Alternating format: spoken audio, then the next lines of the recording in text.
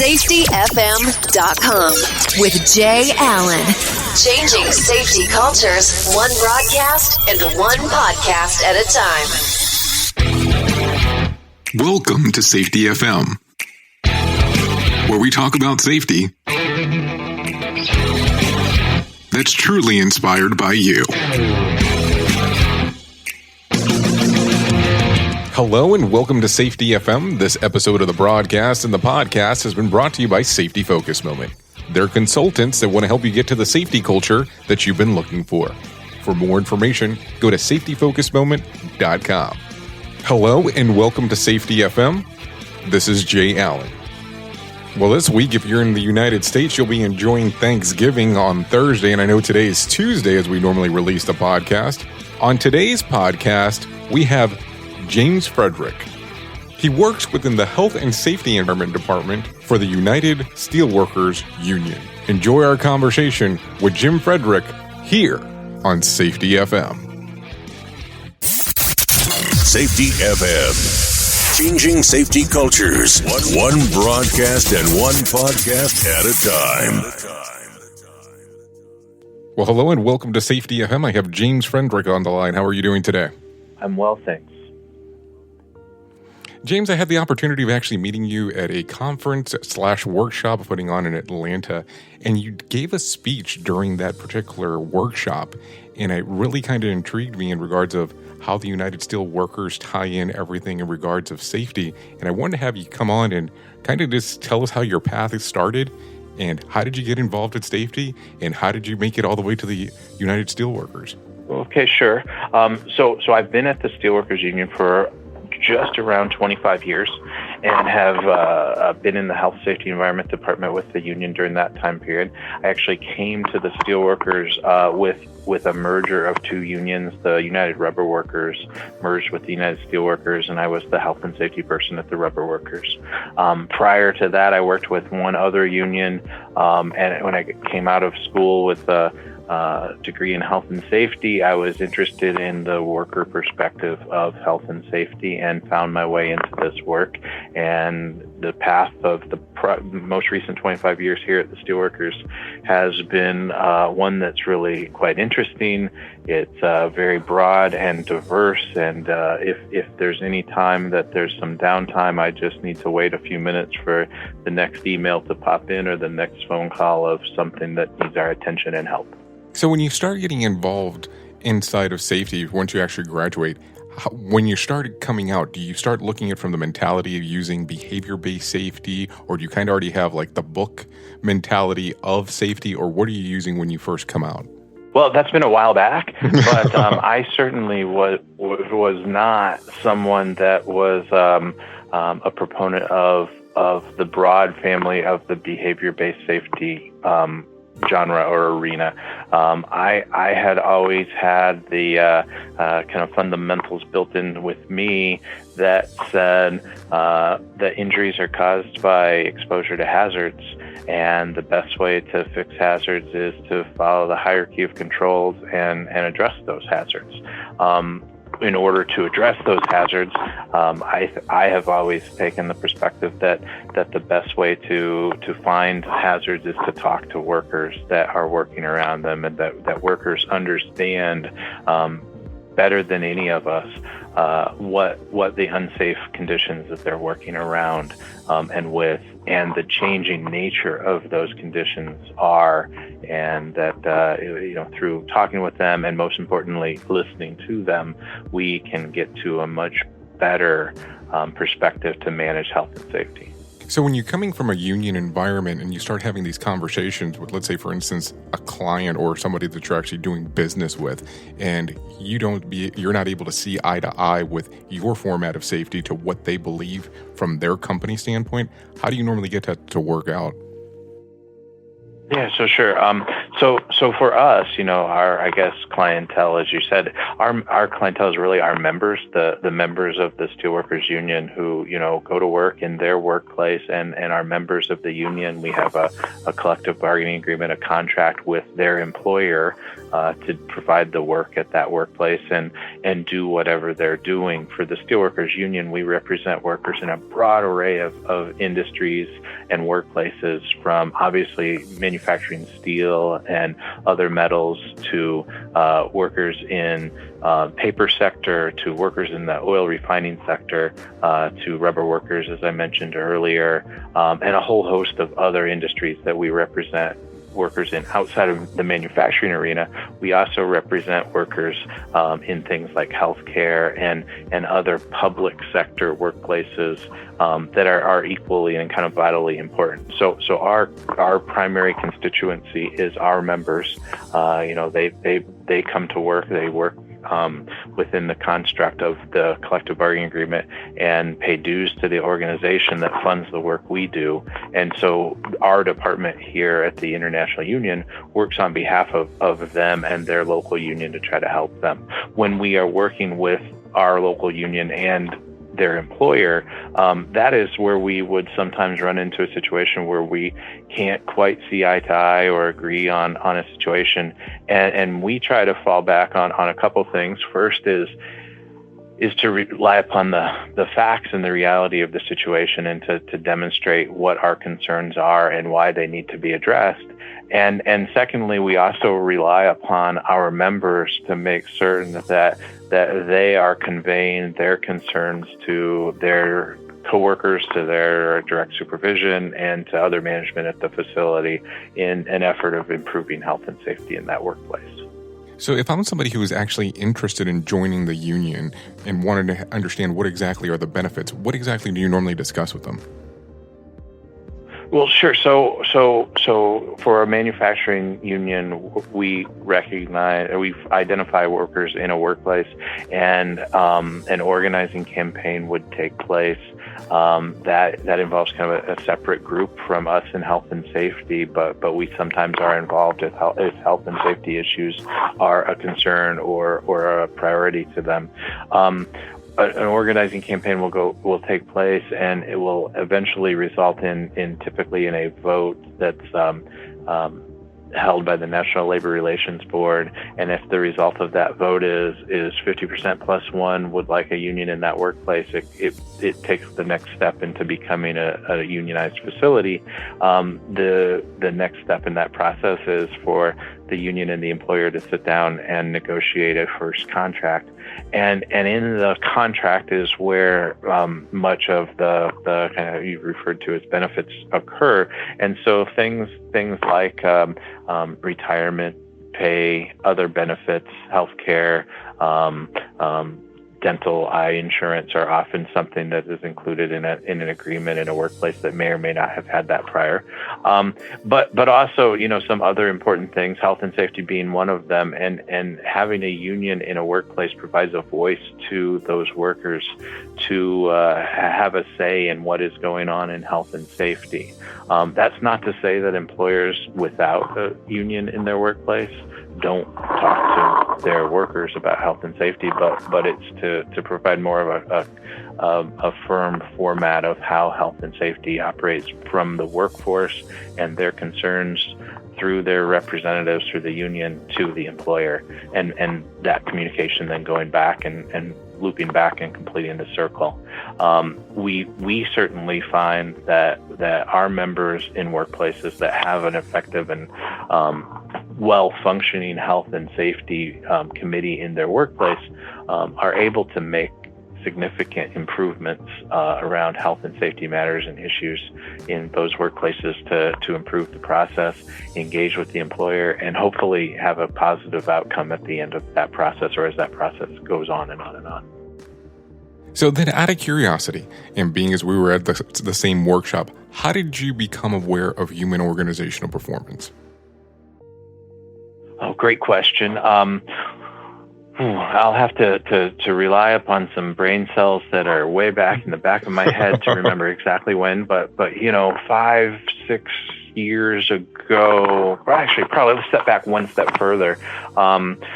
We started looking into some of the work that was being done around high reliability organizations as well as some of the work being done with human performance as it interacted with worker health and safety a decade ago and longer. We host every 18 months. We host a health and safety conference. It's open to all of our local unions across North America and their employers. It's a labor management conference, and we included discussions in workshops on both of those topics years ago. Again, probably a decade or more ago. From kind of those perspectives out there in the world, and from some other influences, I believe that the human organizational performance arena really came about, sometime since then. And we particularly, I guess, in the department, several of us started reading some of the works of people like Sidney Decker, like Todd Conklin, and others over the years to better understand what some folks were out in the world doing in this arena. One of the areas that we truly were initially intrigued with was kind of the rejection of the blame the worker mentality that we see in many workplaces where we represent, where there's the blame and shame and retrain philosophy associated with injuries that take place in that workplace.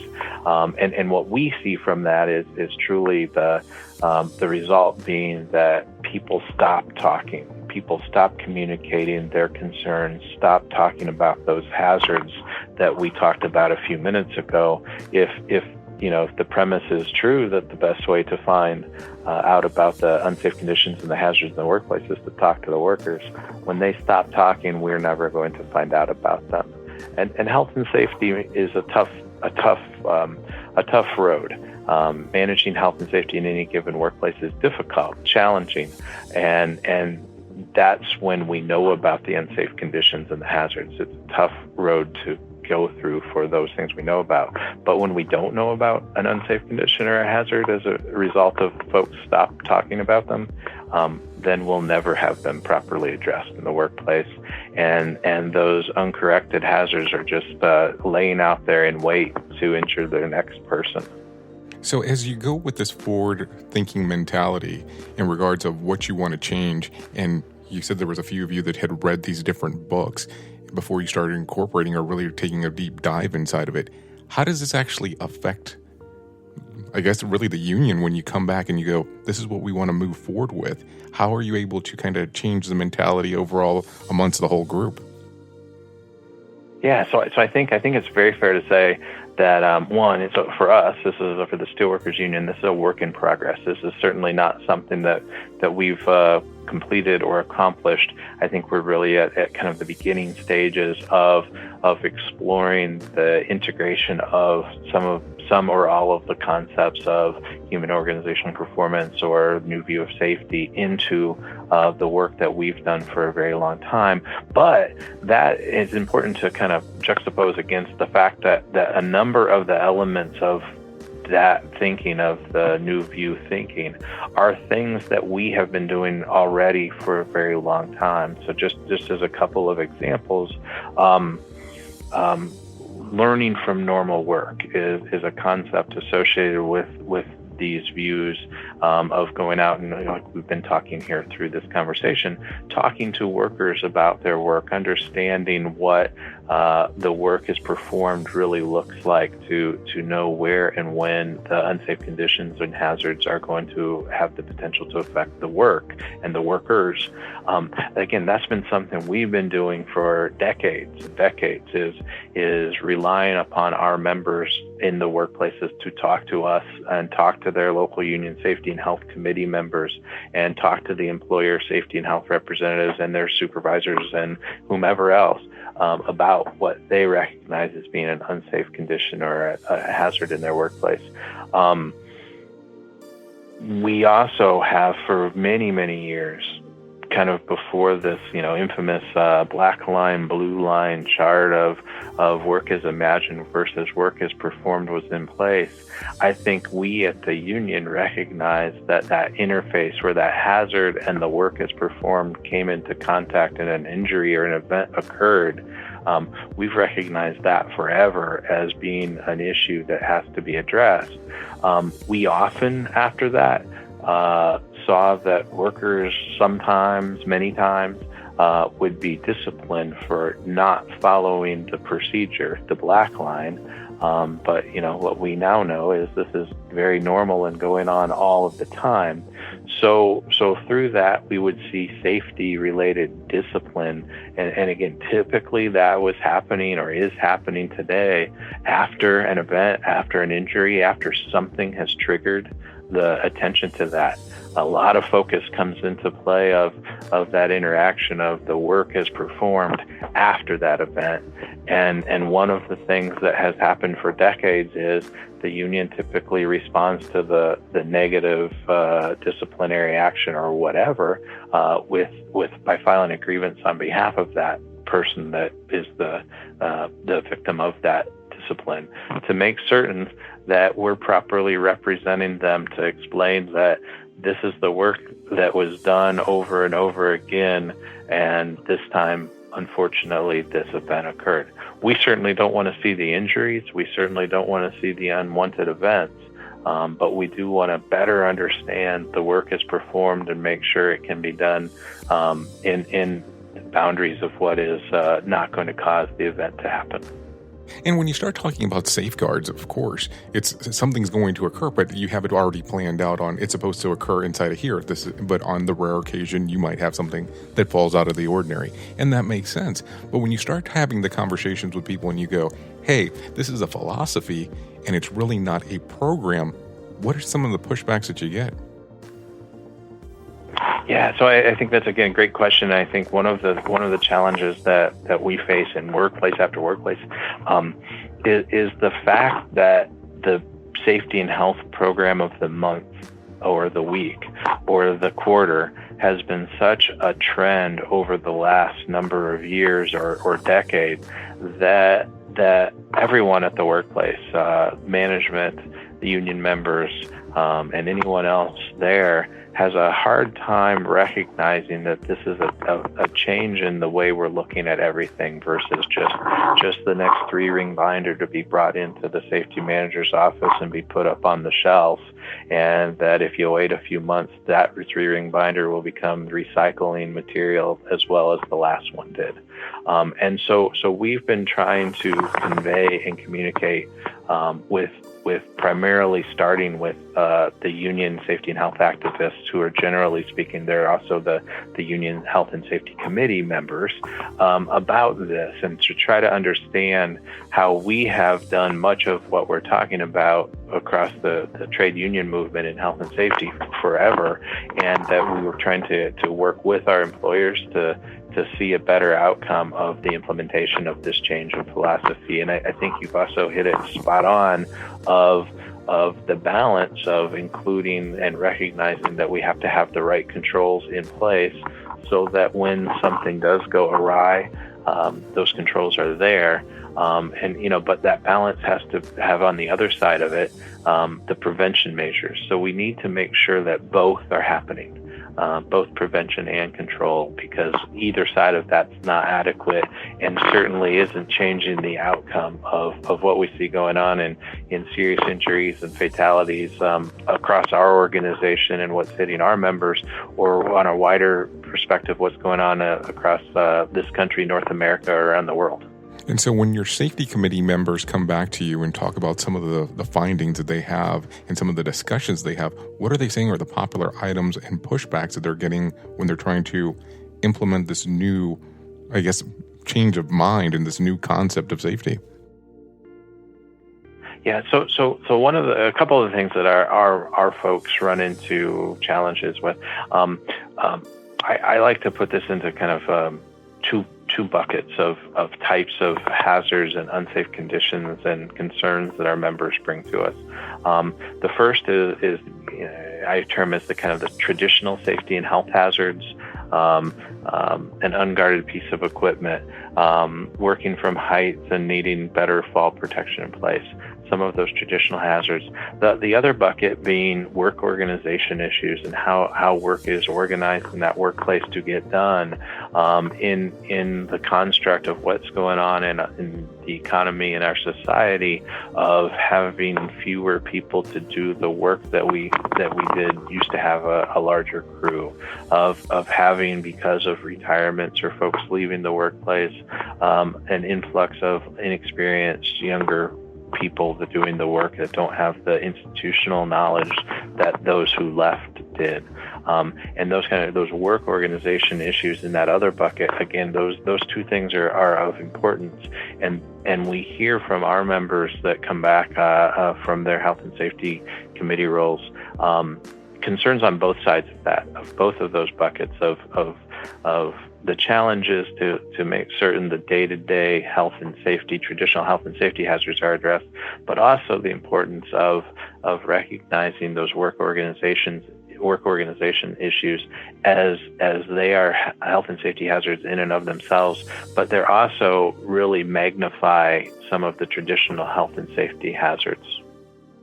So as we speak today, do you see where you're trying to incorporate this program, or let's say not program, let me rephrase that, as we're trying to actually implement this inside of your organization, do you see a lot more activity in reporting on what we would call traditional reporting? So let's say, for instance, accident reports, near miss reporting, or things along those lines, or do you see that it kind of has stayed the same as this transformation is taking place?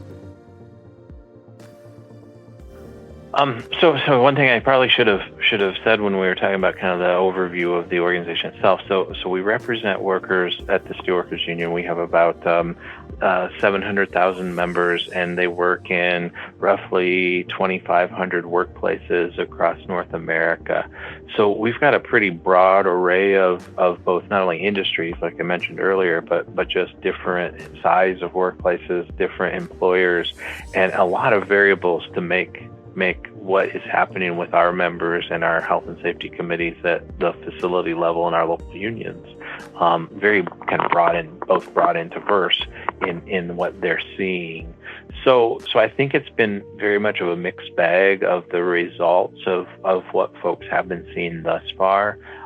We following the Union Health, Safety, and Environment Conference that was held earlier this year, we have had some very positive feedback of workplaces trying to implement some parts or all of this philosophy when they've gotten back to work, and really moving away from the blame, shame, and retrain philosophy, and trying to do much more in the capacity of learning about health and safety and understanding what workers are doing on a normal basis and what had transpired when something went awry, an event occurred.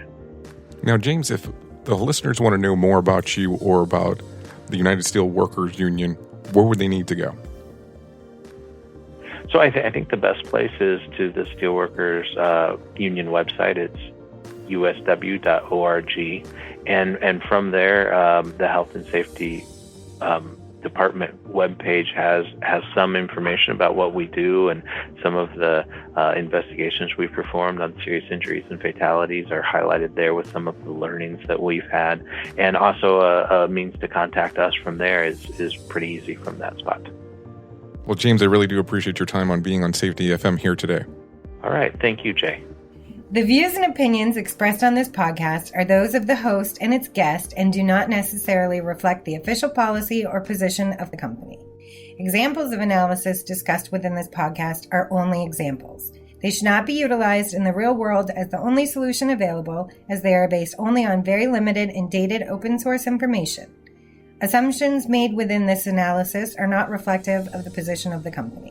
No part of this podcast may be reproduced, stored in a retrieval system, or transmitted in any form or by any means, mechanical, electronic, recording, or otherwise, without prior written permission of the creator of the podcast, Jay Allen. Join the fun on social media and find us on Facebook at Safety FM.